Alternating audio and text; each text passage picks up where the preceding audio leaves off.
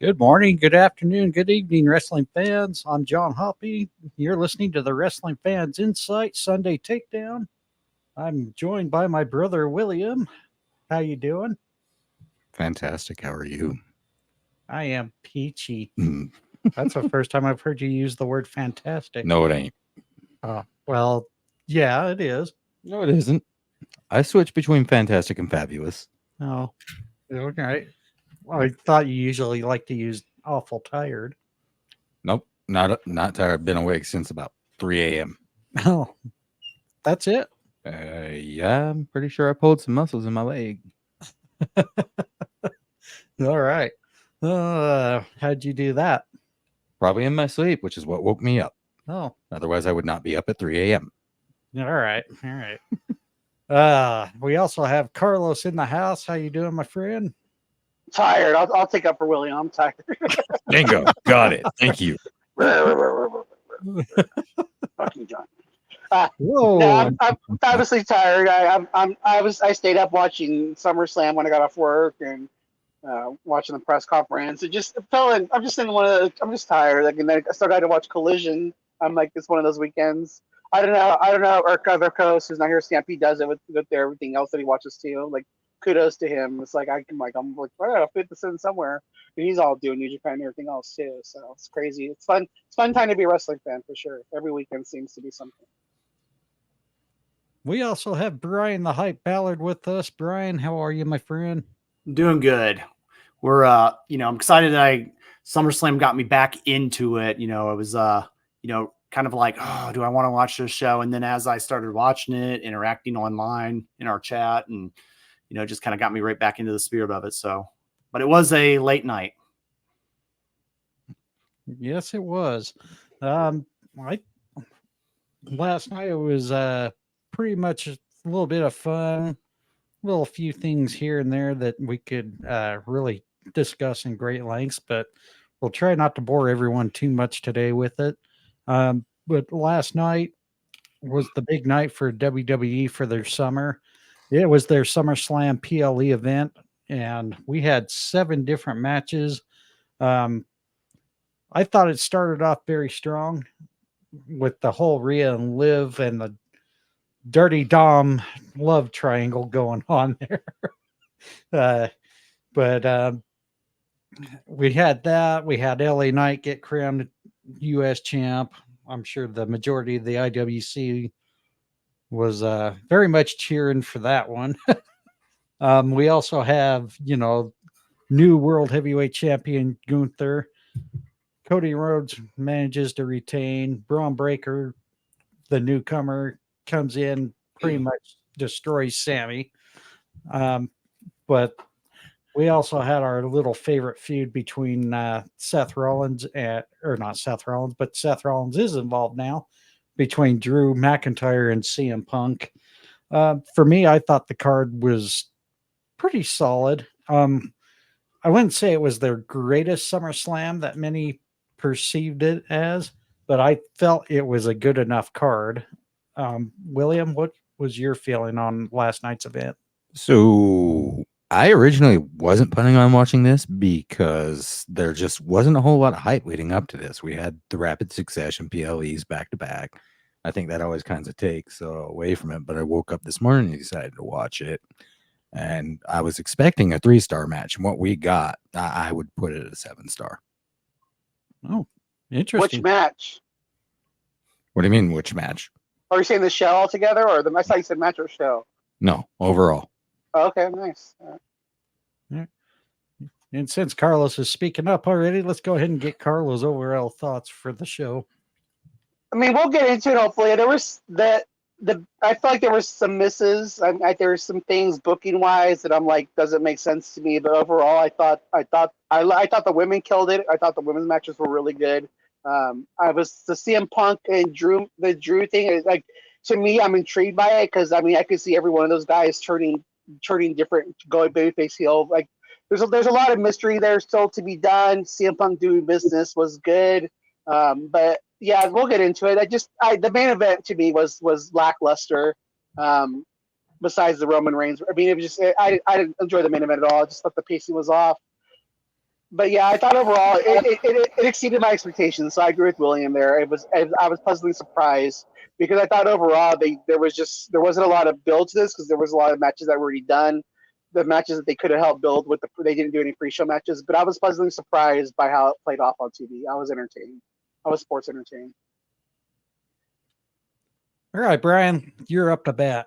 Yeah. So just as a high level overview, I feel the WWE did a few things last night. They made and solidified the importance of the King and the Queen of the Ring tournament. And that's huge because now, they say, wow, you could win this tournament and win the big one at the main events of SummerSlam, so to speak. So I feel like they did that and they did the right things. They're trying to make that connect with each other, kind of like Royal Rumble WrestleMania does.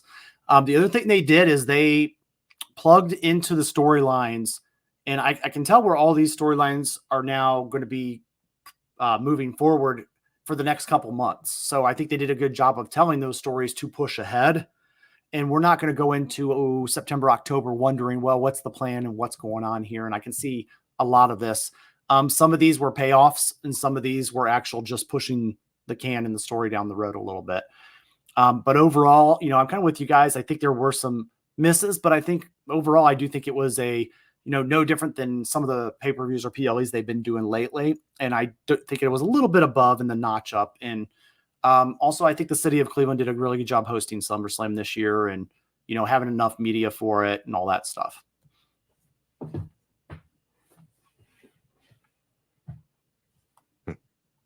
Sorry. Carlos already left the room. He was that disgusted with you, Brian. No. Carlos, you will probably be bouncing back here very shortly. I know every once in a while he has a connection issue here and there, but overall, I thought it was a better card than I think a lot of the IWC has been kind of criticizing it for. See, and everybody I talked to outside of our group, basically felt the same way about it. Like there just wasn't any build and there wasn't going to be anything special about it. Well, again, this will probably come into play when Carlos talks about some of the booking for it. I thought a lot of the build was done somewhat okay for some stories.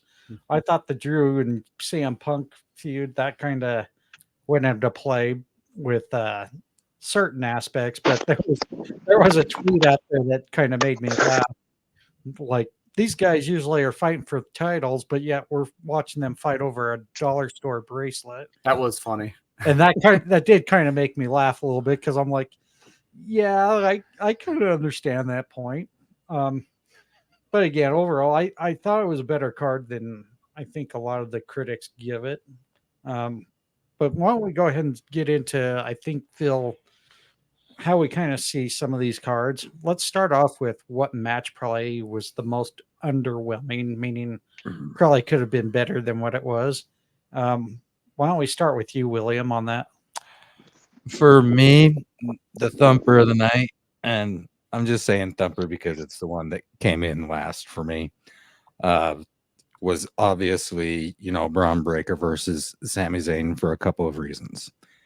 One, that match didn't have anywhere near the amount of content that the first one did. Two, it was a short match. Well, in some ways, I understand why it was booked as a short match. They're trying to book Braun as being one of the new up-and-comers and being very dominant. Hopefully they don't do it to a Goldberg-esque type dominance, But, one of the things I have to go back in history of SummerSlams is ever since if this event first started, the Intercontinental Championship, including last night's event, has changed hands 16 times. That's quite a bit right there. And really, if anybody goes back watching the history of all the SummerSlams, and you guys, I kind of want to get your takes on this. I kind of feel like the Intercontinental Championship has kind of been the more of the big focal point, kind of been the bigger match out of any of the championship matches in SummerSlam history. I mean, you go back to watching the matches like Bret Hart, Mr. Perfect, Honky Tonk Man, Ultimate Warrior, probably not the best example. Ultimate Warrior, Rick Rude, Bret Hart, British Bulldog. I mean, to me, I kind of felt like SummerSlam's been more of the shine for the Intercontinental Championship than anything. What would you say to that, Brian? Yeah, I mean, I do think it's a good point. And, you know, it was one of the only pay-per-views, to my knowledge, where they did main event feature the Intercontinental Championship, right? And that was the Bret Hart British Bulldog 1992 in Wembley. So ultimately, I do think you're on point with that. I agree with you guys as well on the Braun Breaker match. I feel like this match did not need to have a title change at SummerSlam. I felt like that opportunity should have happened at their previous encounter at Money in the Bank. And this almost is a WWE way of telling us that they don't want to do major title changes on side pay-per-views, if you will. And they want to have a WrestleMania effect to it and have a big stage. But the match had no stipulation. It was really no different than the other. And this was not my match of the night either. This was, to me, one of the worst ones. And I get what they're doing with Braun Breaker and want him to be a powerhouse. And I don't mind the short matches, but I didn't feel the intensity. Like honestly, it felt like a 12-minute match to me. But then when I seen the time, I was like, oh, wow, that was quick. But I didn't feel like it went fast for me. And to go back on that, maybe it was a short match because they had a feeling the crowd really wasn't quite into it like they have been with most of the other matches. Would you agree on that? Yeah, I would agree 100% on that. And they could have pulled it and, cut it off a little short. The opening match came out strong. This match was it kind of killed the energy a little bit. And I don't think it was against any of the performers in it. I just believe that maybe those two, just their style doesn't gel as well. And that could be, and I was going to try to say a lot of the sound bites for toward the end, but just do it. Maybe we should play this one just because, hold on. What did I miss really quick? Are you guys all, because having technical difficulties, were you guys all just dogging on Braun and Sammy? Yes. So here's the one thing. So here's my take on that. Again, if you guys already said this, is like it's WWE's fault because they booked it backwards. Like you had Sammy, you had Sammy have a really strong showing, and the match was a lot longer and really good at the Money in the Bank. But then all of a sudden now Sammy is just, now you had a short match, and like, what was the difference? Because from a booking standpoint, because now Braun took Sammy more seriously. The booking of it was backwards. It's their fault with how they booked both matches, in my opinion. If that makes sense. It does. But we were kind of actually trying to talk about the shine of the IC championship matches usually being the highlight of most SummerSlams. Oh, okay. Sorry. That's okay. But I do want to give kudos to Braun, though, for trying to give Sammy his flowers. I'm going to play a soundbite here that, like I said, I was planning on doing all the sound bites toward the end of the show, but let's play this one just since we're on topic. Well, you're here now. You are a champion. What can we expect from Braun Breaker as Intercontinental Champ? What kind of champ are you going to be? Intense? I'm going to carry this championship with the most prestige and honor that I can, hold it to the highest standard and the highest level that we can do it on Monday Night Raw. And, I'm hoping to elevate this championship along with myself along the way. And I'm looking forward to it, man. I can't wait to get to work, challenge myself and put myself up against the best and defend this championship. This prestigious title that's had so much history and so many great champions. And, I think we all should, pay our respects and big shout out to Sami Zayn here today. Sami Zayn.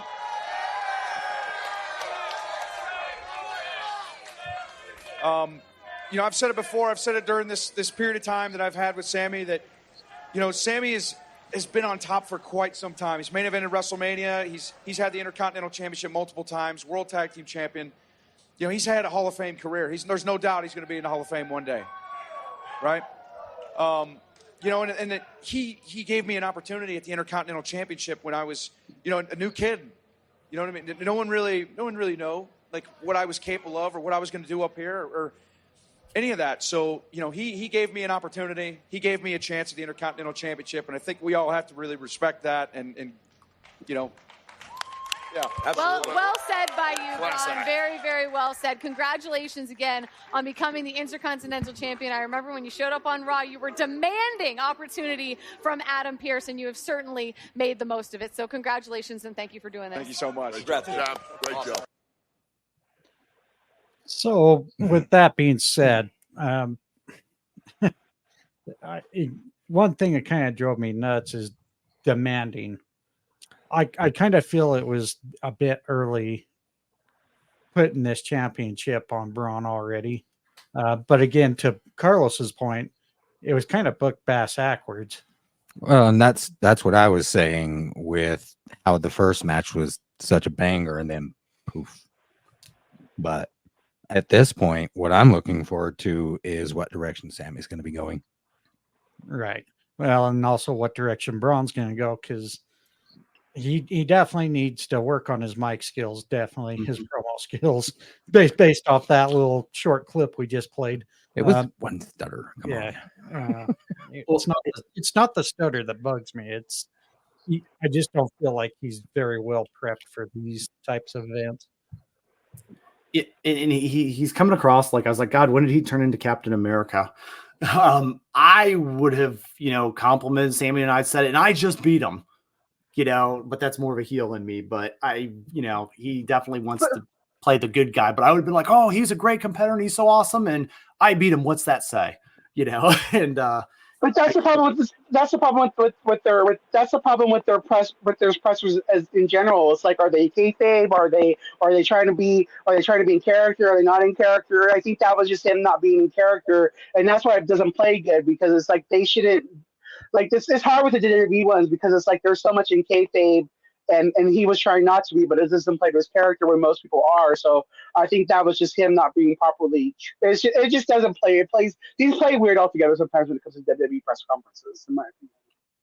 Yeah, and so the thing I kind of want to ask you guys too is, Braun Breaker has the legacy to be a good Intercontinental Champion, but he's going to have to find that dance partner to have that great feud with, a best of 7 series or something like that. Who is on that Monday Night Raw roster right now that would be a good dance partner for him?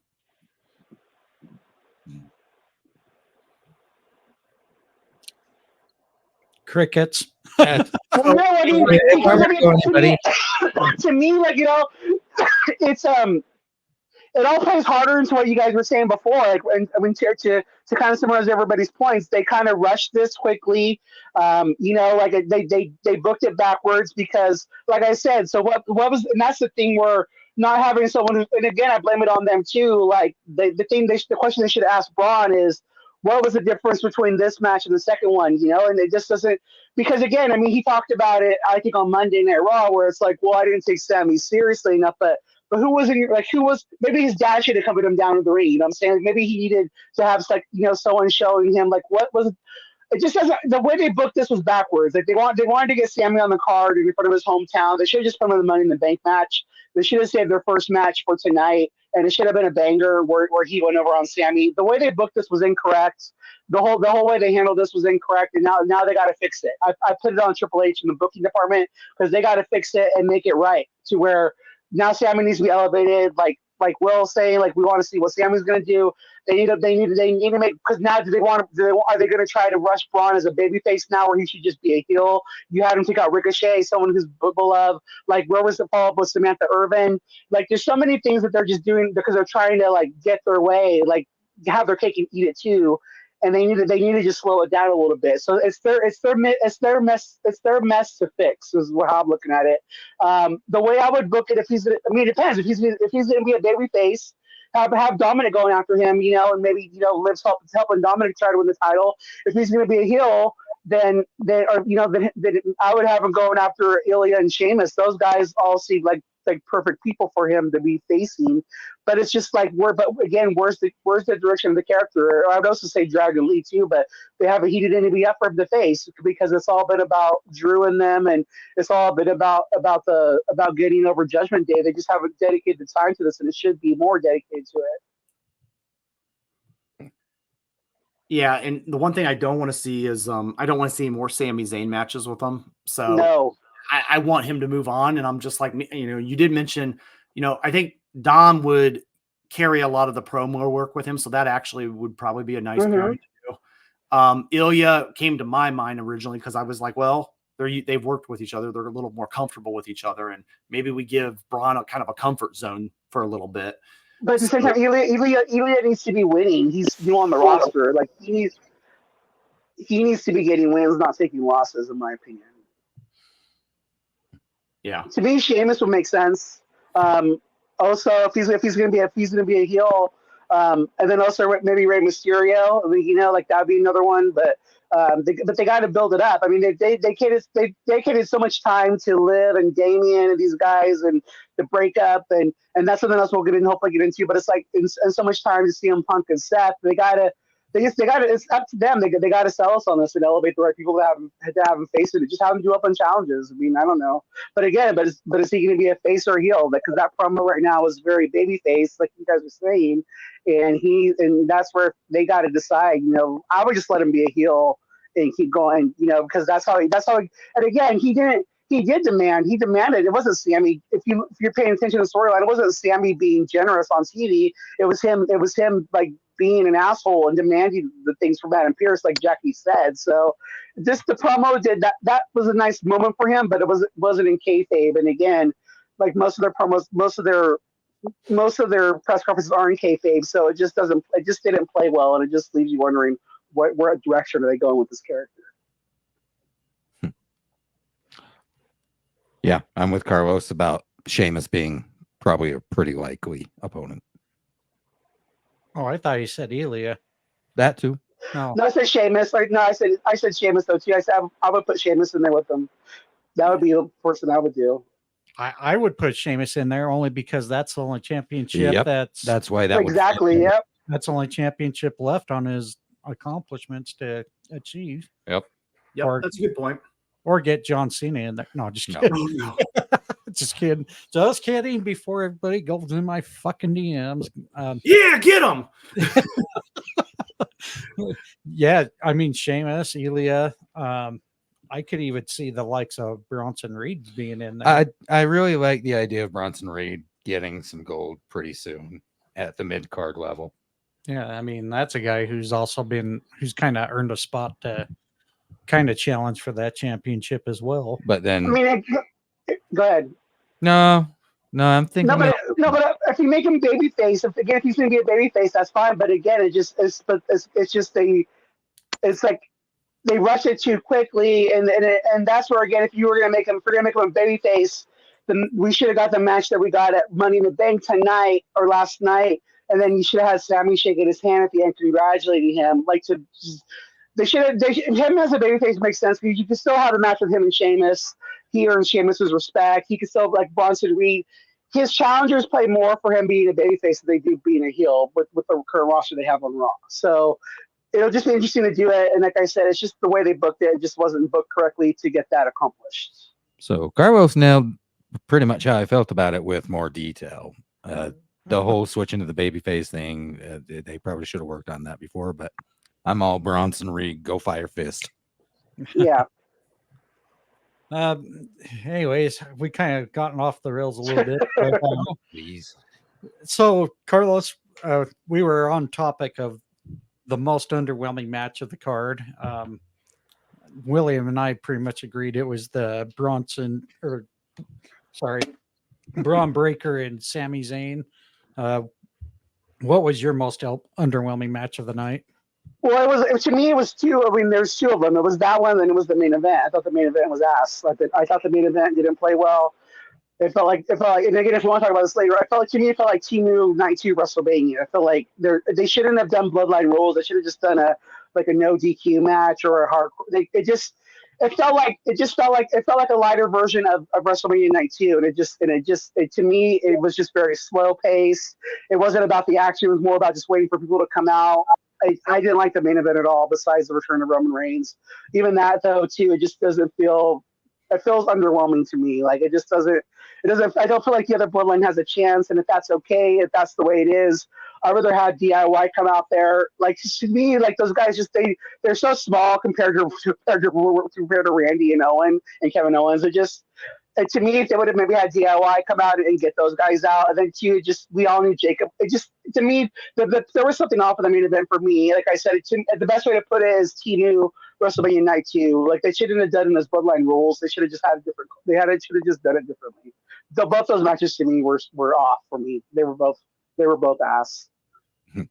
I have to actually agree with Carlos about the vast majority of that. I felt the same way. It felt like a try to repeat the WrestleMania moment. Yeah. And I mean, once was enough, but the only reason it wasn't my worst match of the night was just because of the return of Roman. Otherwise, it would. Yeah. Go ahead. Like you're already having trouble getting this over. Like, and again, if it's supposed to play out like this, like. But again, you're gonna wreck 4 guys for Roman Reigns. Just like what's the end game here? Like again, I have where I think it could go. But at the same time, it's like it just doesn't play out very well. Like you're not doing Solo any favors by having it feel like a lesser and having it be Bloodline rules too was just making it feel lesser than. But if that's the storyline where he's too big for his own britches and he's overstepping, then they have to let it play out. But it just didn't come off very well on television. Like I said, I would have had DIY come out yesterday and make the save instead of Randy and Kevin. And that would have probably played better off, and it would have given that pop for the hometown people. But it just felt like they went to the well too many times and they got their hands. They went in the cookie jar too many times and their hand got caught. Be a good way to put it. All right, Brian, your essay in 1,000 words or less. Your most Right. So my underwhelming match tonight, I am going to give that to the Intercontinental Championship match, like you guys did. I'll give Pharaoh the dog the benefit of the doubt because I'm an animal lover. So since he was there, I won't make his match the worst. But the main event, I agree with you guys. It was a little lower end. For me, I was excited that Roman was back, but I did not really care for how they did it. I felt like Roman was walking downtown Cleveland. And he said, well, what's all this crowd doing out here? What's this for? And he went on a little stroll into the arena and he said, I'm going to slowly walk out to the ring. Oh, is that Solo? Oh, I got to talk to him. It was very nonchalant and I didn't see the intensity. And I was almost wanting when Roman Reigns returned, I wanted to see a Roman Reigns beat down on Solo, not just a casual, love tap to the face. I wanted to see more of a Sami Zayn's Royal Rumble beatdown, with all that kind of stuff. And we didn't really get the intensity. And he just kind of looked at Cody and then rolled out. And so it was too casual for my liking, which kind of ruined that a little for me. And, I kind of have to follow up with that. Now that you mentioned it was kind of like a night of walking into town. Can we make those entrances any more fucking longer to the ring? And that thing too, the whole thing with Cody, and that's the thing too. Like I said, again, their hand cut in the cookie jar too much. Like the whole thing with like okay, it's okay for Jey Uso to do that, but everybody coming out before and talking on the way out, like Cody, it was too much. Like my God, guys, like again, they're doing it too many times, and it's like it's losing its aura. Like the whole thing with Cody, like my fucking God, like I went and worked 8 hours before he fucking got to the ring. It's like. They're doing it too many times and it's losing its specialty. Like the whole thing was just too much. Like give me a fucking break. And this isn't a knock on talent, but it's kind of hard to take it serious when you got Kevin Owens coming down and then you got Randy Orton coming down. He was trying not to be Jeff Hardy last night because he's all excited. Like he's trying because he's having a good time and he's excited. For me, like let me ask you this, guys. Let me read you this for you guys. If they would have just had like a one-on-one match with Cody and had like Cody versus Solo, right? Let's say they have the bloodline come down, the new bloodline, but on the way to the ring, they get caught by Kevin Owens and Randy, and let's say even let's put DIY in there. They knock them back to the ring. They don't get to make it to the ring. Cody beats Solo. Cody like is leaving, celebrating. You have Solo in the ring, like looking down. Then Roman Reigns comes out to laugh at Solo and be like, "You really thought you were me?" Would they accomplish everything the same way that they did last night if they would have done it that way instead? Well, first off, I wanted to finish my thought since you Oh, interrupted. sorry. My bad. Good God, man. Can you just jump in there right away?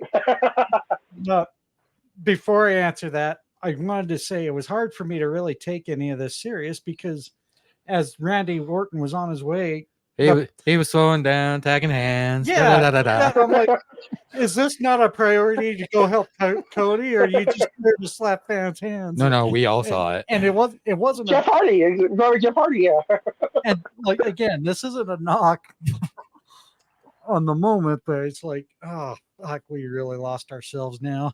But no, I agree with that. I think I definitely would have changed it to where you had Cody and Solo have a slobber knocker of a match, have them both worn down, and then as soon as the match was over, I would have had Roman come down and then make it look like have him like stare down Cody, but then do the evil turn to Solo and just laid the smack down on his ass. That's what I would have done. I love that. For me, Kevin Owens was the one I think that got into the ring the fact he was running. But Yeah. with Roman, I mean, the psychology behind it. Solo, this guy has been squatting in your house, sitting at the head of your table, eating your food and petting your dog. And your mentality is to casually just walk in there like you're walking through the park and then you stumbled upon someone. I mean, I'm running that ring and you're lucky I don't grab the ring bell and start smacking them with it, I'd probably bring some handcuffs, tie them to the ropes, and really have at it, because there's no intensity with how he came in for what this guy has done to his family. What? Well, Carlos asked for all of our reactions. I'm just looking at you. Oh, I would have had fucking Roman come out after doing kind of what Carlos said and then just decimate, Solo first and then Cody. Oh, yeah. Because like you guys said, because I think they got this thing in their head, like, oh, everybody just likes the entrances now, and it's like, yeah, but it doesn't play off well when you're supposed to have this blood feud, and you're supposed to go help somebody. Like you guys said, it's just like, come on, guys, come on. And it's a mile long to get down there, fuck. Well, yeah, wear them out, Ultimate Warrior-esque, Yeah. The ring and do any help. But Like I said, they could have accomplished everything and just booked it another way because the way they played it out, it's like. But again, that's what they think. They think now the fans just want the big entrances and that's all they care about. And it's like, no, it's got to make sense too, guys. Like it just didn't play well at all. no, it did not. All right, now that we kind of hit the underwhelming a bit, let's go to probably what we felt was match of the night. I'll start with Carlos on this one. Oh, this is hard. No. That's what she said. Oh, Not to him. To me, I'm gonna predicate this. It would be Gunther and Damian, but to me, it doesn't make sense that Finn wouldn't want that title. I'm gonna just leave it at that. Like to me, like the only problem with that for me was I don't understand why Finn wouldn't want the title off of Damian. So that's the one part about that storyline doesn't make sense to me. I'm actually gonna give it to I'm gonna give it to Bayley and Nia Jax. I really like that match. I thought the match played well. I like the whole. I don't know. I think she's deserved it. I think it played well. Like what she's come back. She's put in the work. She's got herself into. She's put in the work in the ring. She's put in Triple H rewarding her. I'm a fan of her. I like the match. I thought it played well. The way it was booked, coming out later, like that Tiffany was, doing that to distract Bayley. I like that match a lot. To me, that was my match of the day. I want to give a shout out to our colleague Davey, also known as Stampede or the Three Faces Stampede. Hey, Davey. We also have a comment before we go to Bryan from God Brain. He felt the Drew versus CM Punk was the best match of the night. We'll get a little more into that here shortly. Bryan, what was your match of the night?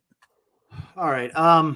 There was a lot of matches I liked, and I'm sure we could talk about all those. For me, I'm going to just give mine to the opening match, Liv and Rhea, for the main reason. When I started to watch the PLE, I was like, all right, let's watch it. And I was kind of half wanting to watch it, but I knew I had to.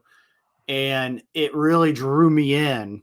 And there was a lot of good story with, Dom and also with the match and that. And I thought it told a good psychology with the shoulder. And it set the tone for the night because everything seemed to once that set the tone, then it led into more Judgment Day gloom and doom throughout the night. So that storyline carried throughout the PLE. So I am going to give them credit for that in the opening match because that is hard to set a tone and let it, transition throughout the night like that.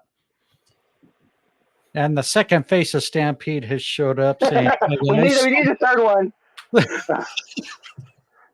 Come on, reveal yourself as that. What is it? Probably that solo Sokoa stand that you are. Come on, we know it.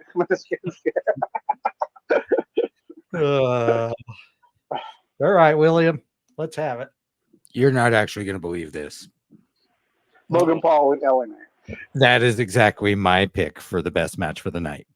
I'm sorry, but they killed it, especially Logan. I've never seen a springboard go that far. Well, as much as people will, he's talented as hell. Yeah, as much as people will rant and rave on his personal politics of things, Logan Paul is a very damn good athlete. And, even though he's only had 2 defenses, well, I guess you can say technically 3 now. Yeah. 3 defenses with his 273-day reign that came to an end last night. You have to give Logan Paul a lot of credit for a guy who has not been in the business very long. He never ever shows any kind of rust, exhaustion. He just goes. No, this came all natural to him, and he's one of those stellar athletes. And I think both of them really, really meshed well with the way they worked with each other. I thought the match was pretty close to being flawless.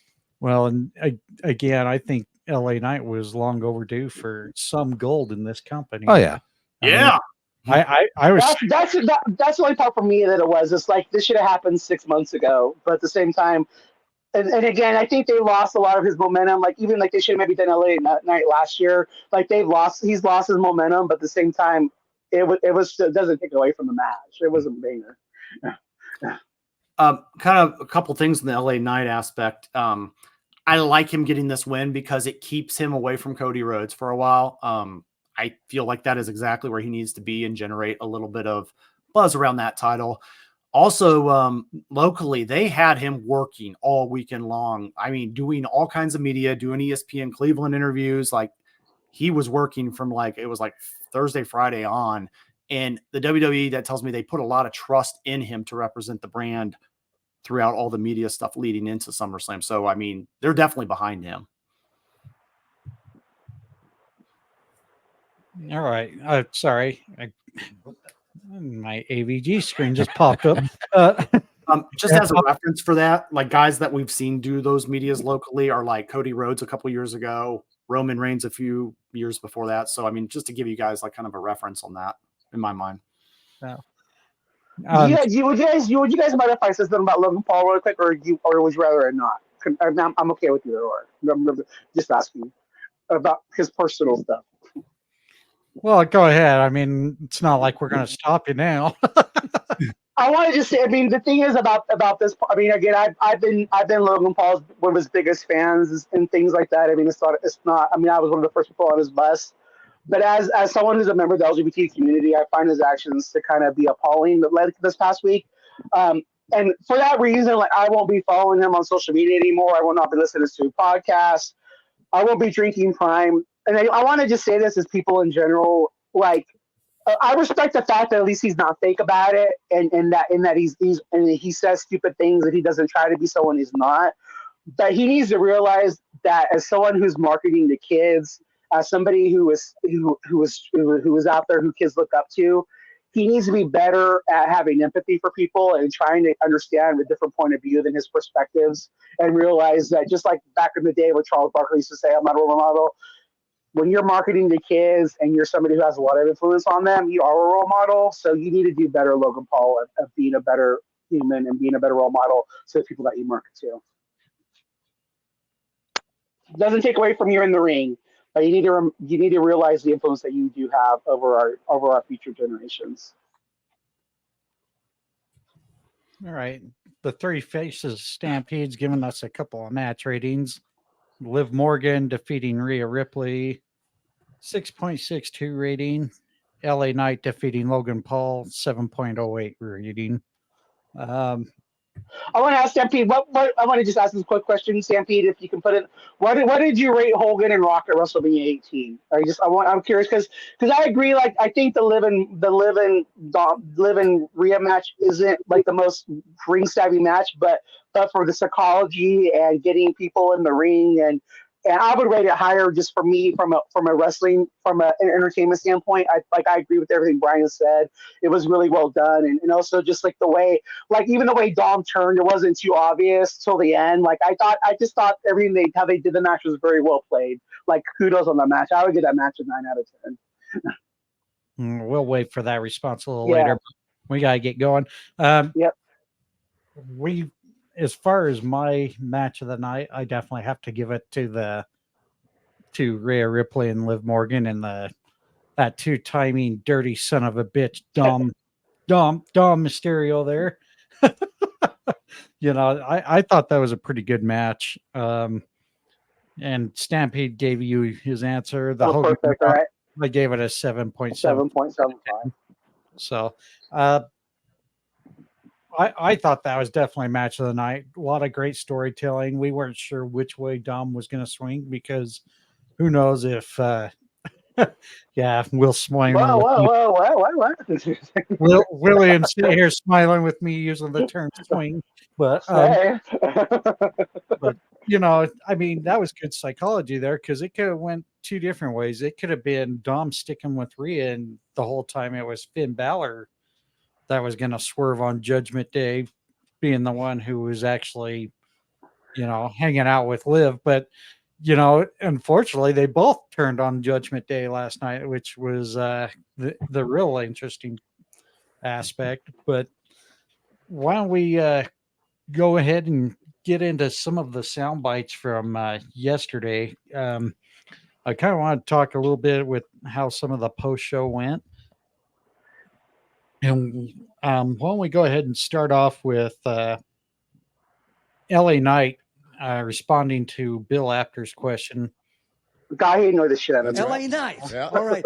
So my question, of course, tell me, is that if Logan Paul doesn't come back for a rematch right away, who's the next guy that you see on the entire WWE roster that LA Knight would deem a worthy challenger for that United States heavyweight championship? Bill, I just won the damn thing. I know that, but at this point, look, you got to ask the guy who's going to challenge me. I don't know. Look, there's a whole myriad. We've never been in a boom period like this. Everybody across the board, from top to bottom, is bringing it right now. Everybody is killing the game right now. So there's anybody who could come along and want to challenge me for this. But look, you got to understand something. This has been, like you said, long time coming. Long time coming, and there's no way I'm letting go of this anytime soon. So everybody, come on and see me. And I wanted to kind of touch base on that one certain thing. A couple things. Logan Paul making a rematch. Is that a match you guys would like to see? I personally, I wouldn't hate that match because it was a good match that they had between the two. But I don't know if it would be necessary, right away. I feel like they can move ahead with a way of finding a new contender for LA Knight in this title. Carlos? To me, like, I just think I want to see Logan Paul go away to Royal Rumble. Honestly, I want to see him go to Royal Rumble. I want to see Logan Paul versus John Cena. That's a match I really want to see. Even though I want to see John Cena versus Cody Rhodes too. I want to see, like, to me, like, put Logan Paul on Netflix. To me, like, that's where he wants to go. He's been talking about that, the corporate synergy. I think that, to me, makes sense. I don't necessarily want to see that rematch. I want to see. Let LA Knight be who he think. Again, he was very cocky in that press conference, and again, it's fine. I feel like he's a little frustration coming out, but let him go elevate the title and show that he's the guy that he deserved that spot. I'd rather see him elevate that title and go elevate the card than see a rematch. No need to put any further focus on this. Move on. Don't run it back. For me, one thing that he said in that soundbite there, we're at a boom period where everybody is like killing it, and I have to agree. I don't think there's anybody who is not worthy of challenging him for that championship. Would you agree? Yeah, the problem now is just kind of sorting out what directions they're going to be going with everybody, because I think this event altogether really set the stage for a lot of different directions. Bryan? Yeah, and for this, the good news about LA Knight is he's seasoned enough to where you don't have to think about too hard about who to pair him with. I truly believe he could put on a good program, not just match, but actual program with interview segments and things like that with a lot of the talent. I believe the seed might have been planted there with Carmelo Hayes a little bit. So, you can see a little of that, but I do think that you could put him with anybody and he would be fine to work with them. Carlos? Yeah, like I agree. I think I want to see him versus Santos Escobar. Let him elevate Santos.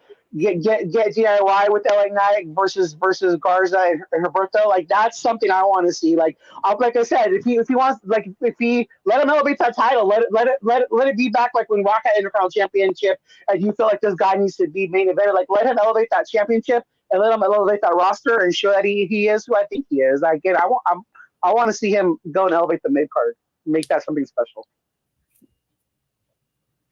All right, let's go on to the crumble of Judgment Day last night. I'm going to play this a little bit here.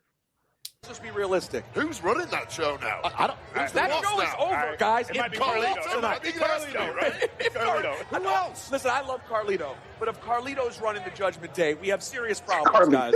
The Judgment Day is in shambles. Damian Priest I think and you could Rhea use the word Ripley. shambles tonight. Shambles, all caps, exclamation point.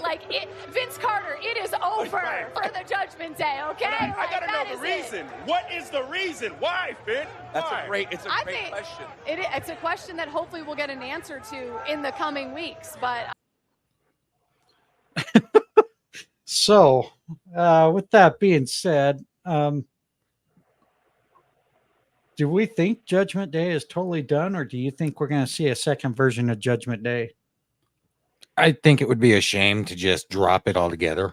I think it would be better to just shift it. Like reform it? Yeah. Carlos? Oh, they're not going to drop it yet. They'll try to reform it, and if it sticks, they'll stick with it. But I think they're getting that's money to be made. I think they'll try to reform it. But if it doesn't work, then they'll break it up. But for now, I think they definitely try to reform it. Yeah. Before we go to Bryan, I kind of wanted to throw out that one thought I had before too. We're also just down to the OGs of the Judgment Day too, Rhea Ripley and Damian Priest, because if you recall, it was Damian, Rhea, and Edge that started that group, So, Bryan, your thoughts? Yeah, and that was the perfect segue for my thought. This goes into sometimes what I like to call petty booking, right? I think with Edge being over in AEW, I think the WWE would maybe from a petty booking standpoint like the idea of anything he created to go by. And I could see them just kind of starting to break this up. They didn't do it immediately, right? They let it run its course, but I don't see them keeping that alive for somebody else that's in another company, even though it, has come up in a different version. All right.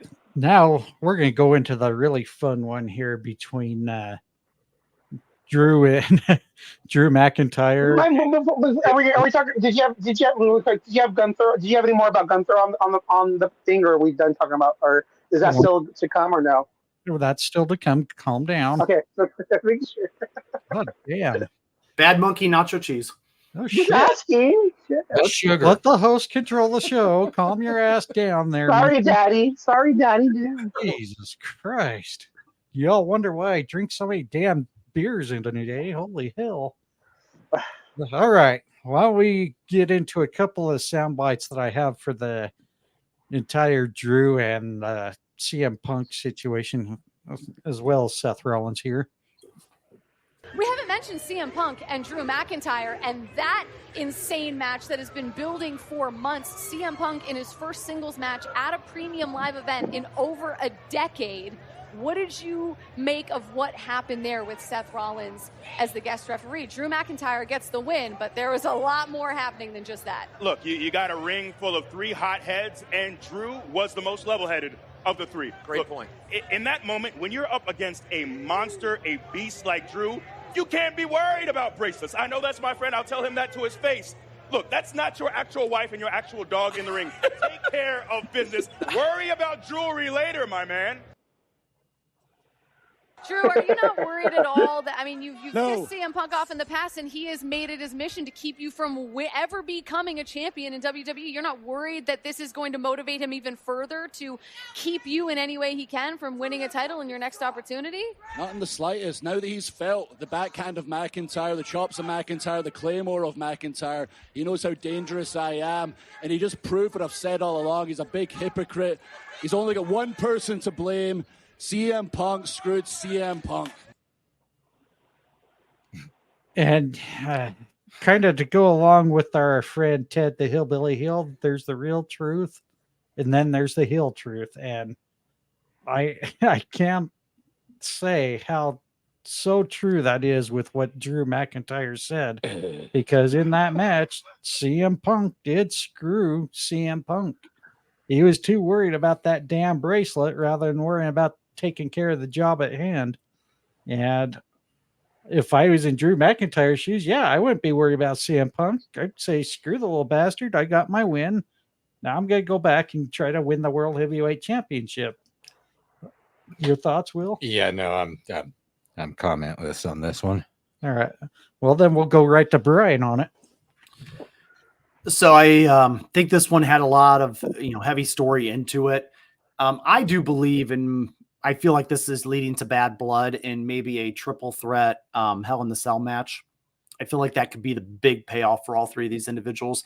I also like that idea because it's very safe. One thing we always have to keep in mind with CM Punk is he gets injured, and they just randomly seem to pop up like whack-a-mole. So if you kind of still keep these 3 intertwined with each other, and if an injury happens, really to any of them, you can still move ahead with a program with 2 guys if you need to. So I feel like it was done. It did give us a little bit of the Bret Hart Undertaker match with Shawn Michaels of the special referee from SummerSlam years ago. A little nostalgia there. But I ultimately do see this ending at bad blood. Carlos? I'm fascinated by all this because I think what Drew said was valid. And I think, I actually like Bryan's idea. I think putting them in a triple threat match at Hell in a Cell would make sense because I think you can protect Punk there and not have to have him do so much of the offense, and that would protect him. And because again, this feud needs that kind of ending, right? So I do like the idea of a triple threat. The thing that I find fascinating about this is because there's so many ways that they could take this. And again, as a fan, I don't know where it's going to go. And to me, that's, as a wrestling fan, that's what you want. Like, you don't want predictability. You don't want to know where it's going to go. Because I could definitely see it where Drew turns babyface, Punk turns heel, and Seth turns heel. I could see all 3 of them doing a triple change all in the same match. And because of where their characters are going, it's intriguing because you don't know where it's going to end, and there's so many different ways they can take it by where they're taking the storyline. And kudos to the year Drew McIntyre's having. I think so much gets lost. This guy, won the Elimination Chamber. He won Money in the Bank. He won the WWE title at WrestleMania, and now he's beating CM Punk at SummerSlam. The dude's having a hell of a year, man, and he's killing it on social media. And speaking of people having a special year, now that Carlos was so eager to get to, we're going to talk about Gunther. As we all know, Gunther ends up winning the World Heavyweight Championship thanks to, I guess you can say, a little help of Finn Balor, but Gunther kind of has a different view on that. Let's get his take. Gunther, you predicted this win, but how does this feel having the title around your waist? It feels deserved. Well, we did see massive betrayal between two members of the Judgment Day. Your opponent, Damian Priest, betrayed by his friend, his brother, Finn Balor. Does that taint this victory at all? Nothing's tainted, no reservations, nothing to be ashamed of. From this day forth, Monday Night Raw and the legacy of the World Heavyweight Championship belong to me.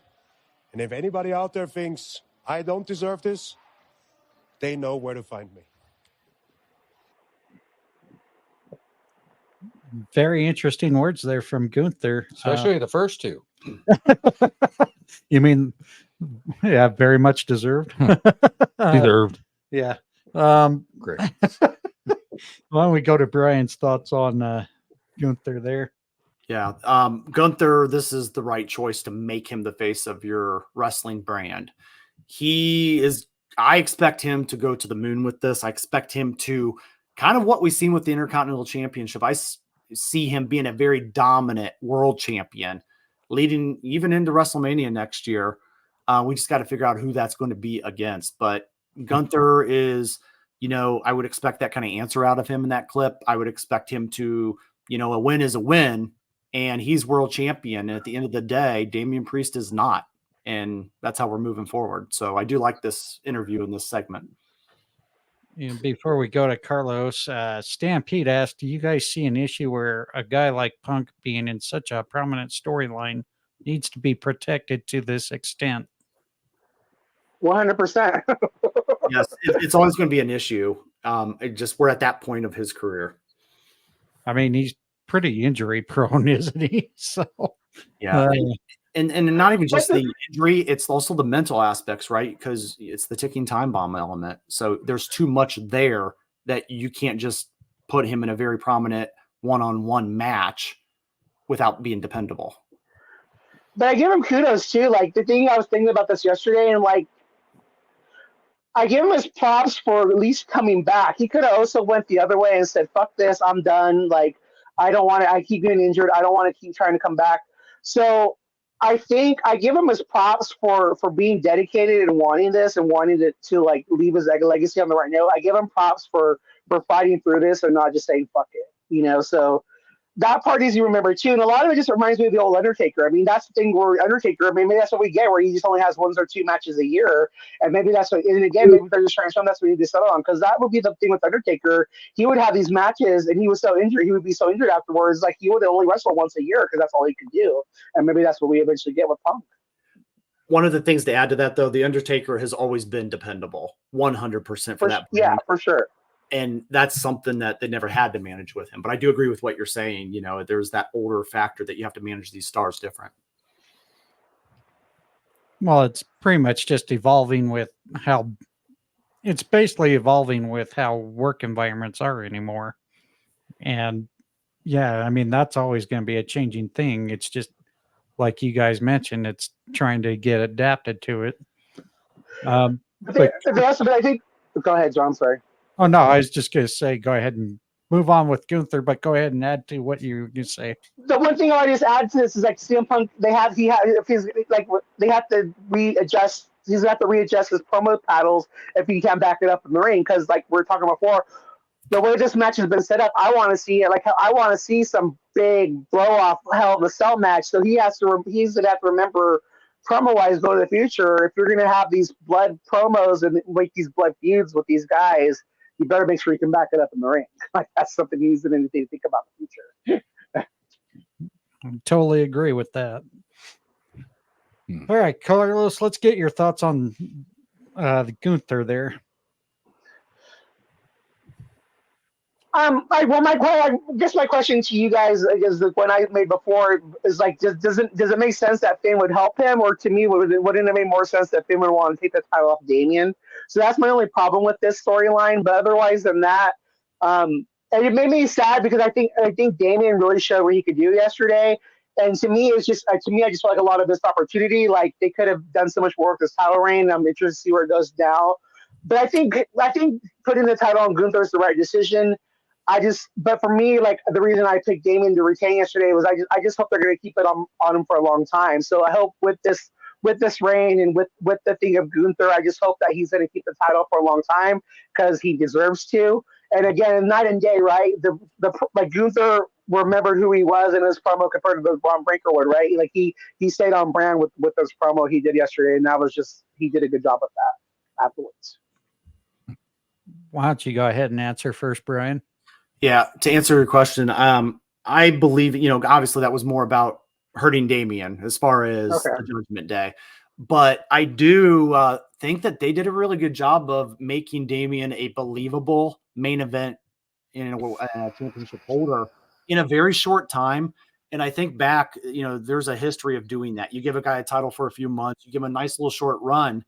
And if it's effective, that leads to him being a bigger star a year or so down the road. And I seen that with Damian, and I really did like this match yesterday. I thought he gelled really well with Gunther, and I would like to see that program maybe down the line when there's not Judgment Day, not immediate, but maybe a year out or so. And I would have to say that was definitely his better match. His probably 100%. his best match in his WWE or in his World Heavyweight Championship reign. I don't like to point out botches because I've never been an in-ring performer, and I don't ever like to judge people on something I've never done myself. But as a fan standpoint, looking at it, couple of things to look at, has Damian been having some physical health issues that we don't know about or whatnot? But after watching last night's performance, yeah, no doubt he definitely can hang on the main event level. I think right now the focus should be is get his business finished with the split of the Judgment Day and then refocus on getting in World Heavyweight Championship contentions. William? 100% good with Gunther, having this title now. I've got something playing in the back of my mind just because of the fact Sami Zayn just lost his title. Well, who beat Gunther? Yeah. Well, keep in mind your current Intercontinental Champion now is another one that has a victory over Gunther too. Right. So, there could be lots of angles going on with this. Stampede throws in his comment, Gunther elevated Priest more than the booking of Priest. I kind of have to agree with that to some extent. Your reactions, Brian?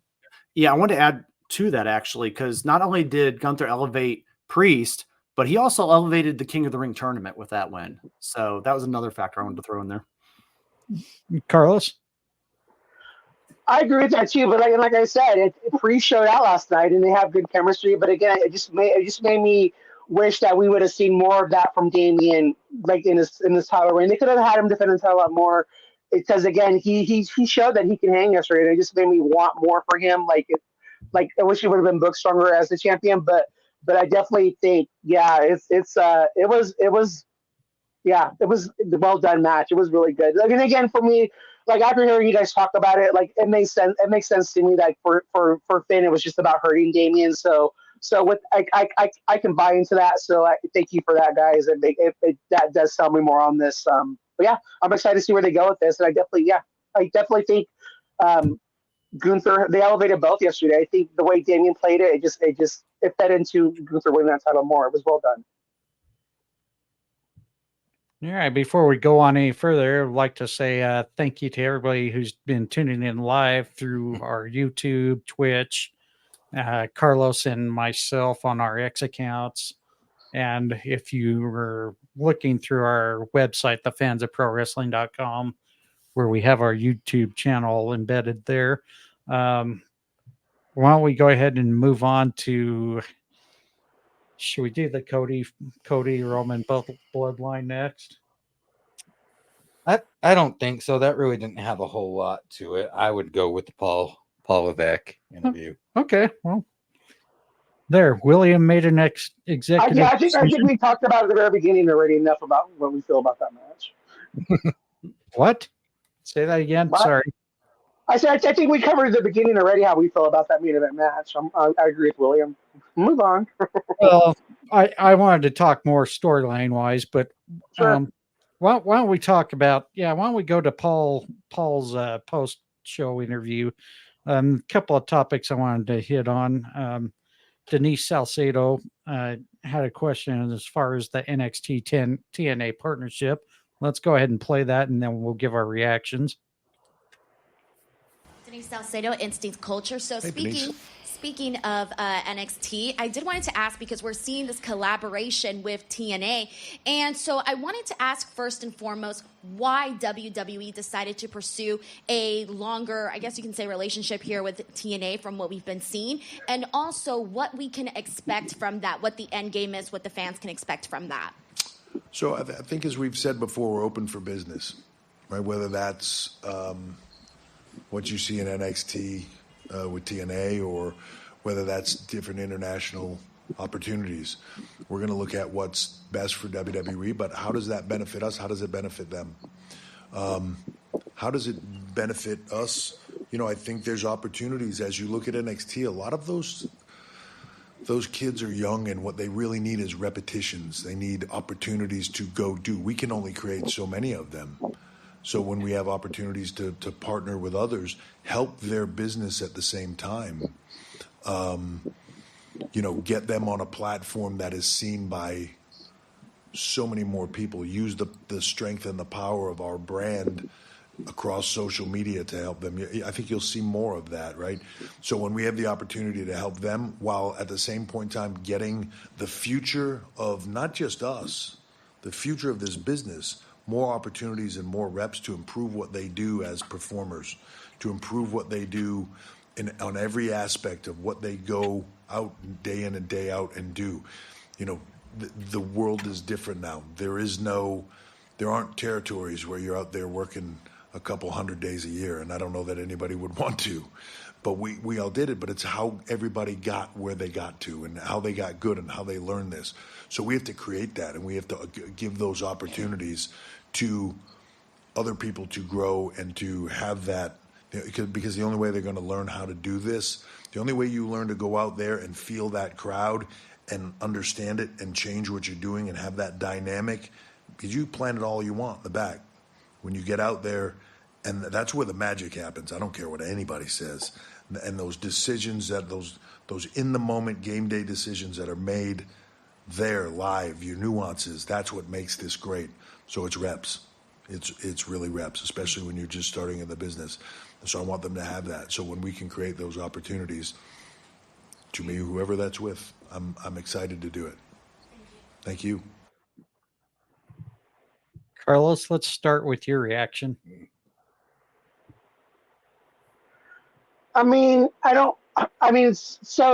you read the spoilers, and I'm not gonna, but I think there was four NXT talents that went over to TNA this weekend during the TV tapings. So they're doing that partnership. But I think the important thing that needs to be remembered in what they said is the first thing he said was WWE's interest. And so I think at the end of the day, it's going to be whatever benefits them. But I do like that because I agree with what he said. There's only so much repetitions they can give these guys. There's only so many matches. I think letting them go out and venture out and letting them try different things, I think that it accomplishes two things. It gives them more repetition, but it also feeds something in that talent that when their contract comes up, they might think, do I want to go somewhere else? If you're letting them be fed in other organizations and get to do things like a TNA or Bloodsport, I think that only benefits them. And I do think that they're building a partnership because I think with the talent that this is the TNA, looking at some of the booking decisions, I think they said to them, you can have this talent, do what you want with this. So I think it's interesting. I don't really see them doing big things other than what they're doing currently. But again, I think for the structure of TNA compared to NXT, they're equals as far as what they do, as far as building size and stuff like that. So I think that it was well said, but at the end of the day, it's going to be about their interest first. Bryan? Yeah, so there's two things reading between the lines that I see here, and one of them does mirror a little bit of what Carlos was saying. The first is, I hear talent raid. That's ultimately what I hear. I do hear partnership, but I do hear a talent raid. You always got to keep young talent coming in that pipeline of NXT, and you got to pump different things to get that talent in that well, so to speak. And so I do see that partnership as a little bit of a talent raid. It reminds me a little of old school ECW and those kind of partnerships. And then ultimately the AEW effect is my other thing. I feel like if you want to kill off your competition a little and hurt them, take away somebody that and they partnered with in the past and lock that away to where they don't have as much access to that talent as well, as they're still trying to grow their company out. So I think those two things are reading between the lines of what was kind of happening here and what's said. And those are kind of my takes. William, do you want to give any thoughts? I really don't have anything to add on to what they said. It could be a great move, but it could also backfire. Yeah, and really, I hope the second part of what he said after what best benefits WWE, but also benefits them. I really hope he holds true to that part, because you have to learn not just give, but also not just take, but also give. And, if you don't have a balanced give and take, you could sour a lot of working relationships. And I think right now, this is the moment for WWE to kind of fix some of those soured relations. But they need to do it treading lightly. Yeah, they really need to kind of understand, play fairly. Don't just take it all in for yourself. I mean, don't make yourself look weak, but make sure everybody works well with each other. Sorry, Carlos, go ahead. No, but Bryan, like what Bryan said, it added something to make me think about this, and maybe this is maybe what they're doing right now is a compliment to AEW, because maybe they're looking at the fact that, AEW built, and again, let's be real, AEW built a strong partnership with New Japan, and now with CMLL, they kind of let the one with AAA fall to the wayside. But it's like they are, but if you look at like where AEW, like you look at the Will Ospreys, the Jay Whites, I'm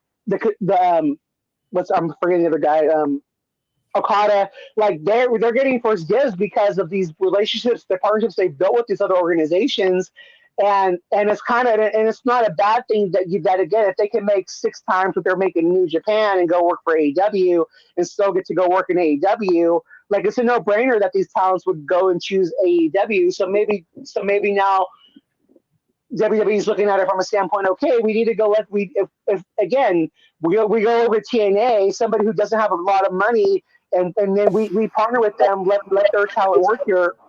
We get first dibs with these guys, and we get to take that talent from them.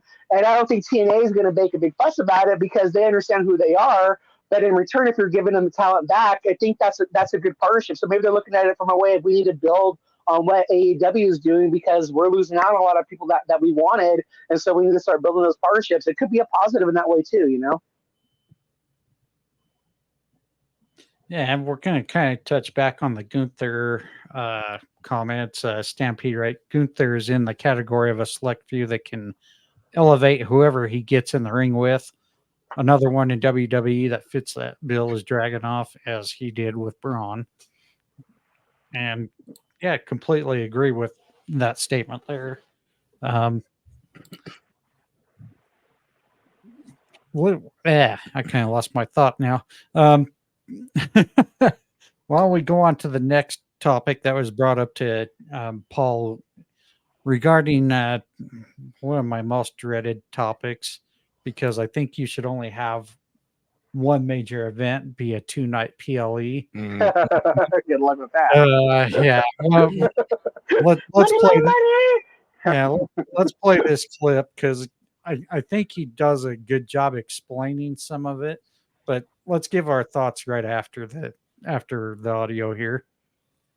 Hey, Paul, Daniel Trainer from Us Weekly. How are you? Hey, man. You mentioned sort of the future. In 2 years, we know we have a 2-night SummerSlam in Minneapolis. We know we have a 2-nighter in Indianapolis on the horizon. I'm curious if you think there's a chance that tonight was the last ever one-night SummerSlam. What that says sort of about the business, and if there have been any conversations about going 2 nights for any other PLEs. I'm thinking the Royal Rumble. Please, let's take it one step at a time.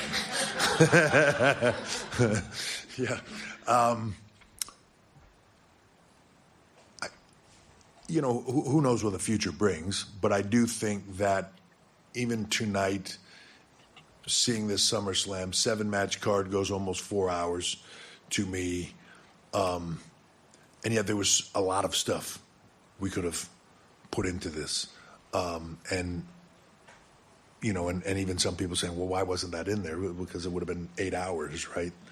And you still need stuff for Raw. You still need massive content for SmackDown, right? You still need all that stuff. As we continue to grow, we'll take it, like I said, step by step. So is this the last SummerSlam that you see that is one night? I think so, but we'll see where that goes long term. I'm excited about that opportunity. As far as other PLEs going that way, we're always, you can never say this is just what we do. And then that's it, and that's locked in, and that's what we do, and it's just the way it is. And right, if you go back 5 years, who would have thought we would have been doing 2-night WrestleManias, let alone 2-night WrestleManias and 2-night SummerSlams? So we'll see. We'll see where it goes. That's an important part of where we go with it, but an important part of where we go with that also is bringing these events around the globe. We are truly a global company. There's no place that WWE is not seen. There's no place where we don't have a massive fan base and following. We want to bring WWE to the world, not just, be seen as a U.S.-based company, but that's seen everywhere else. We want to literally be everywhere else. And be as big as we possibly can be everywhere. So it's always sort of a moving target, but makes for a hell of an exciting ride. So I'm excited.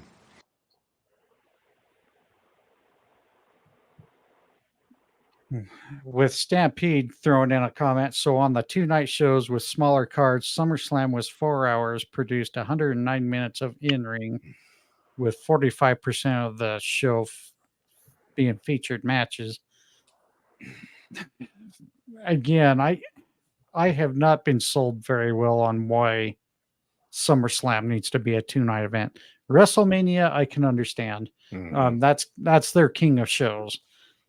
But for me, SummerSlam, I don't know. I don't think we need any more than WrestleMania. No, for me, there's only one weekend I want completely dominated by freaking wrestling, and it's the one that's been traditionally, since they started the 2 nights, to be WrestleMania. I don't have all the time in the world to just be making every weekend about watching it. Right. And one of the biggest things too I want to point out is and I'm not favoring WWE, but I have a hard time when a pay-per-view goes past the 3-hour mark. You guys have heard my gripe that many times because, one, I go to work early in the morning. I'm sorry. I do not have until 10 o'clock our time, which would be about midnight East Coast time, to keep watching the goddamn pay-per-view. 3 hours is probably my limit. And then sometimes I could be nodding off, dozing off. And it's not that the card's boring. It's just sometimes it goes a little too much. Probably much like our show today, but but anyways, Bryan, let's start with your thoughts on 2-nighters. Yeah, and I will say, with our show, I feel like we're having good content right now, and as long as there's a good dialogue, right, and even on these kind of shows, if there's good content on SummerSlam, it makes sense. I'm not wanting a 2-night like you guys said, every month. But, I would take, a 3.5 hour show in one night versus splitting that up across 2 nights. And if the content is good, fine, but it is a long time to sit there and really immerse yourself. And at the end of the day, I think it comes down to, I know it always comes down to the money and the sponsorships and the things like that. And I know that keeps us away from going back to a pay-per-view model and shelling out $60 and all that fun stuff. But ultimately, I think they also could be more creative in finding those different avenues and still market their product good. Carlos? For me, like I go like even if you look at the ring yesterday, there's 3 sponsors on the ring when there was only 1 before. It's all about money, and that's what it is. And in the same time, like I already talked about before, I said on the show, I'm not going to go see WWE live. I mean, maybe I would go to a SmackDown because it's too expensive. I can enjoy it on TV for cheaper. I get the same feel because it's a very produced program. As long as there's fans out there that want to pay. I mean, Bryan, you were talking the cheapest tickets were like $1,000. Want to pay for SummerSlam? Yeah, and there were some when they initially went on sale that were $3,000. I was like, nope. Yeah, and that was sky high. I mean, so I mean, it's market and demand, right? I mean, that's business. I mean, they're publicly traded. I mean, I know Bryan and I own stock. I own stock, not a lot, but just so I can say I'm a shareholder. So if I want to bitch about the company, I can bitch about the company, But that's really why I own something. I own part. I'm gonna bitch about it. That's why I own some of it. But to me, like it's about money for me, right? So I mean, that's what it's about. But Bryan made a good point though, and that's what I got to remember as a fan. That means that I get to enjoy the PLEs for only $7 a month. And again, I don't pay anything because my friend lets me share. Like that's the thing we got to remember sometimes. Like. But for me, like it needs to be, I want to see 2 things if they're going to do this. And this is just mine. I know no one else is going to probably agree with me on this, but if you're going to do it, then go back to brand specific pay-per-views and start doing like a pay-per-view that's just SmackDown, start doing one that's a Raw. And with that said, if you're going to do 2 night SummerSlam, 2 night WrestleMania, then do 1 night for Raw, 1 night for SmackDown. Royal Rumble, that's one where you can mix it because you're going to have a men's and women's. That could be the 2 night event because eventually I'm sure it goes there. That is going to be mixed. But if you're going to do it, have it be 1 night Raw and have it be 1 night SmackDown, and then that challenges them as a company to make sure that they're giving us content on both shows that make it worthy of it being of making sure somebody goes and wants to pay those prices for 2 nights.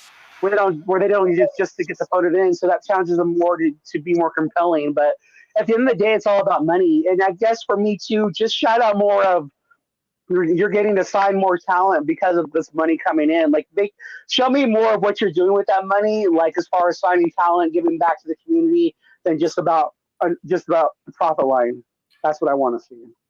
And one of the things I don't think I've ever mentioned, but the sponsorships, I like to think about what they put on those sponsorships during certain matches. Because WrestleMania, they had dude wipes as a sponsorship during a women's championship match. Let's say that, okay? So they got to think logically about what they're trying to market and what's happening on the TV.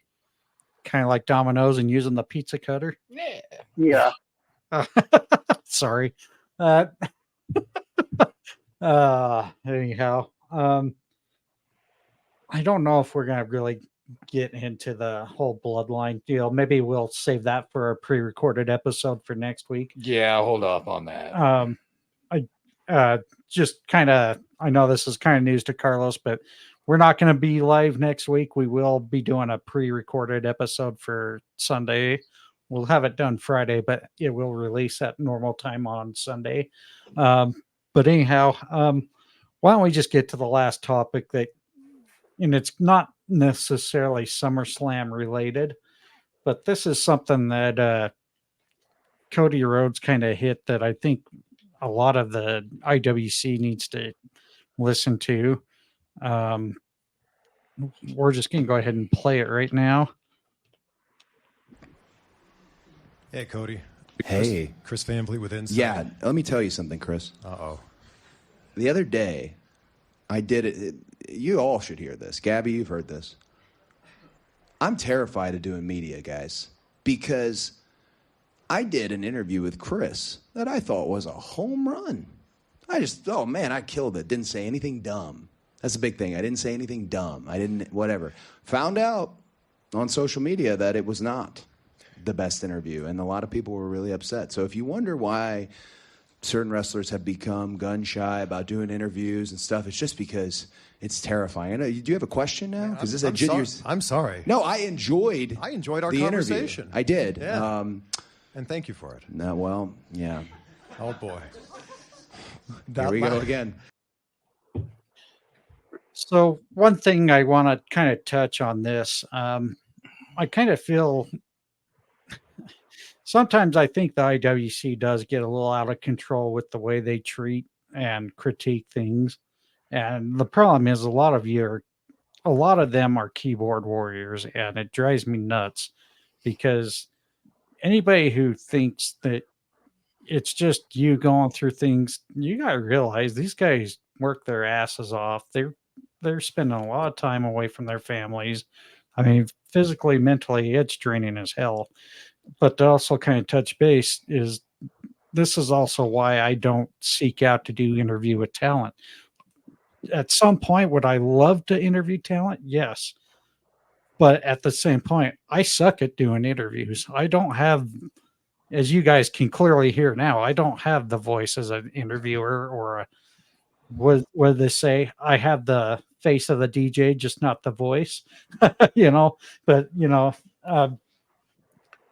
I kind of understand a lot of what Cody's saying. And I kind of feel maybe this is something IWC social media needs to really understand is sometimes I think you get a little too heavy in your critique process. I'm not saying don't have an opinion, don't still critique, but maybe not come out too strong because it's not always easy to do things like these. Bryan, I know you've been kind of media-esque in many ways compared to all of us. I really would love to get your thoughts first on this out of anyone here. Sure. So for me, I guess my thought is that there's a difference between thoughts and criticisms, right? So, you have every right, and I think Carlos at one point said it best, you don't have to explain your fandom to somebody, right? You're allowed to like things and dislike things. And when you interact with a lot of the talent like this, just remember this is somebody that is working a very microscoped job. They are under the microscope nowadays more than anything. I always used to say that John Cena could have done Hulk Hogan's job in the 80s, but Hulk Hogan couldn't do John Cena's job in the modern era because of how much media there is and how much social media, microphones. And so ultimately, I do believe that when you approach these guys and you talk to them, keep in mind that they're, let's bring up the things that are not the no-go zones, right? Like figure out what those topics are that, would ruin a relationship that you may have and want to talk with these people in the future. And they're able to like pull back the curtain for us a little in today's world, but we don't want that curtain to be a sealed door and then it locks out, our community from being able to interact with these stars that we value and that we just enjoy their work so much. So that's kind of my initial overall thoughts on approach in how we go about this world. Carlos? I think when Cody was talking to Chris Van Vliet, I think he's just talking about the pro wrestling fans being tribalistic and things like that. And I'm gonna leave it. I'm gonna land my plane here. When we were in our space on Monday, we had somebody who was a wrestling fan who made the comment to me like, "Oh, Carlos, like I didn't even know that you were a wrestling fan because like all your posts are about food and stuff like that." Now, and again, I'm gonna just say it like this: thank you to the people who support me, who maybe monetize on X and who allow me to have fun like this. Because I don't have to worry about, and I don't have to take cheap shots at companies, and I don't have to try to get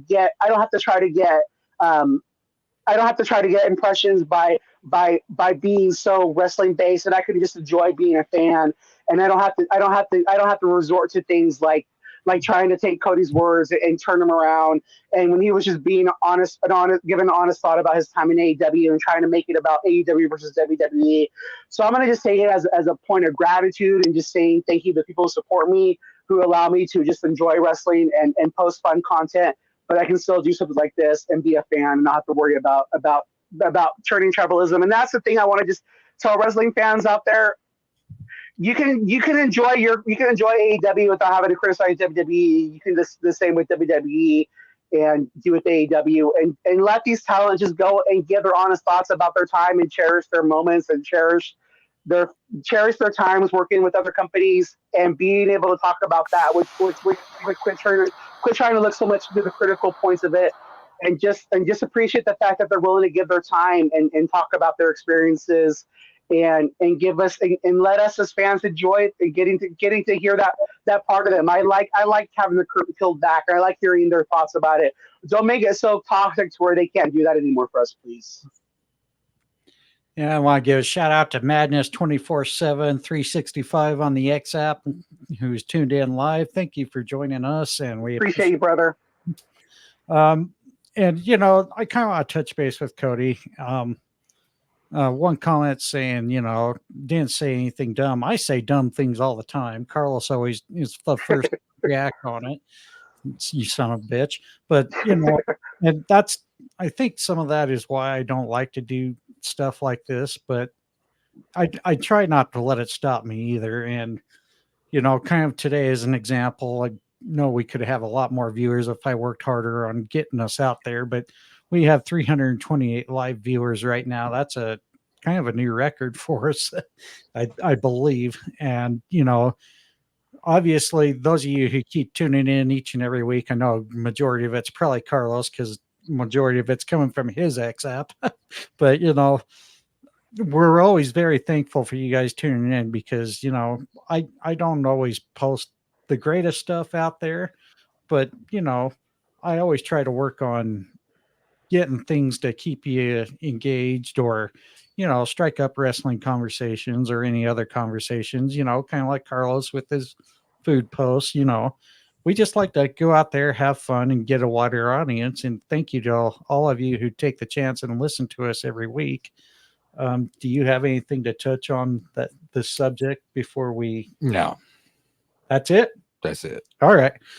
So why don't we go ahead and go into our closing thoughts and shout outs and closing thoughts for the week here. Bryan, why don't you go ahead and start off? Oh yeah. So for me, I believe that SummerSlam, was a B pay-per-view, right? It wasn't changing the way we're thinking of the wrestling world, but it was no alcohol required to enjoy it. It was a good time. Ultimately, I want to say thank you to everybody that supports us on Twitter X. If you guys want to keep the conversation going, Carlos and Stampede, our teammates over there, run all kinds of Twitter X chats over there and all kinds of interaction talk shows there. Also, the fansofprowrestling.com. We got a lot of great content over there from a lot of great creators like Ted's Takes, Wrestling Worldwide, and among many others. So thank you guys each and every week for the fun fan interaction. Carlos? I want to just shout out, I just want to shout out everybody who supports us on X. I want to shout out the people who come into our spaces. I want to shout out talent like Nasty Leroy, who gives his time to understanding wrestling and gives his thing.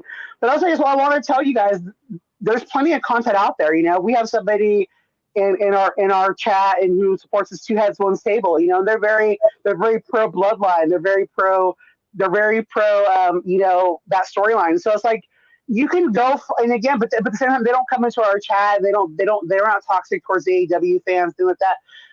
Go out there and find your niche and go find your group who supports your fandom, and I just want to thank the people who support us, who are open-minded and who show grace and courtesy to people's fandoms, and they don't go criticizing people, and they just come into our spaces and have a good time. I'm proud of the wrestling community that we're building. And to anybody who supports us with a retweet or like, or who's listening to this now and supports us and gives us the drive to do it for another day, I just thank you all. Thank you all for your support. I know this is going to be short and sweet. William? Yeah. So pretty much thank you to all the listeners, obviously, but also to this semi-dysfunctional family we've got going on here. Oh, what the fuck you saying here? I said it. Oh, okay. Okay. No, and I want to echo Brian, Carlos, without any of you guys tuning in and listening to us, and for the community we're building, we love to support all wrestling. We don't care if there's wrestling you don't like, or, as long as you're a respectful fan to others, that's all we care about. And we'll support you as long as you support us. But we all, like they've mentioned, we also have a group chat on the X Space, or not X Space, but the X app. And we're just going to go ahead and start it off with getting our credits out there. Yeah, if you want to join our X group chat, you can follow me, John, at wfincitepod. Carlos? At C to the LOS 77, also at Conquer the No. Brian? At the Brian Adkins, and also Tap Out Talk on YouTube. And you can also follow Stampede at David Rober 7174. What? Sure, thank you.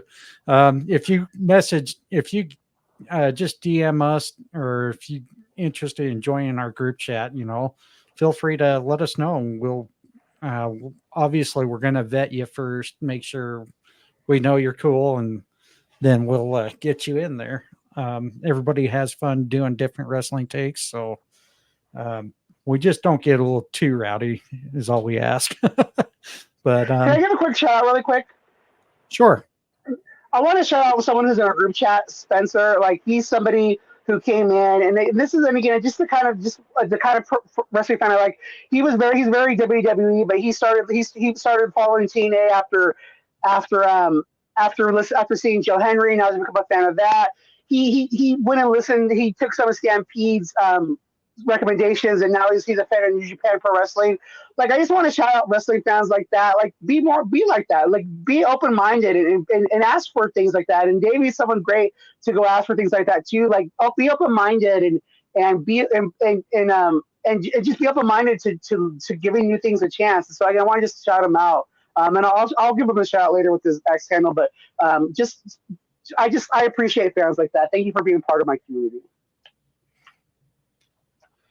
And I'm going to give a few shout outs there. Jim over at Fan in the Van. He is very interactive with me on the wrestling post and always giving us a great shout out on his every episode of Fan in the Van, along with his co-host Garrett when they do the Steel Until talk. Also throwing some love out there to Aaron at Brutally Honest Sports. Nate over at Nate's Daily Wager. Chris and Deb with Today We Laughed and Learned. Ted, don't make mistakes. Trust Ted's takes. Go check out his YouTube channel there. He does a few short video clips. Keeps us up to date with a lot of the AEW and other promotions. Did you have any other shout outs to give, Brian? Or no, I'm good. Thank you, guys. All right. Also, be sure to check us out on our webpage. I'm still in the works of trying to develop everything, trying to work on getting Stampede's top 10 rankings. I got Excel just kind of being a little bit of a bitch with me, but I'm getting it down, I promise. Go check us out there at thefansofprowrestling.com, our YouTube channel at Wrestling Fans Insight. As Brian mentioned earlier, his channel at Tap Out Talk. Also, you can follow us on Twitch, the Fans of Pro Wrestling.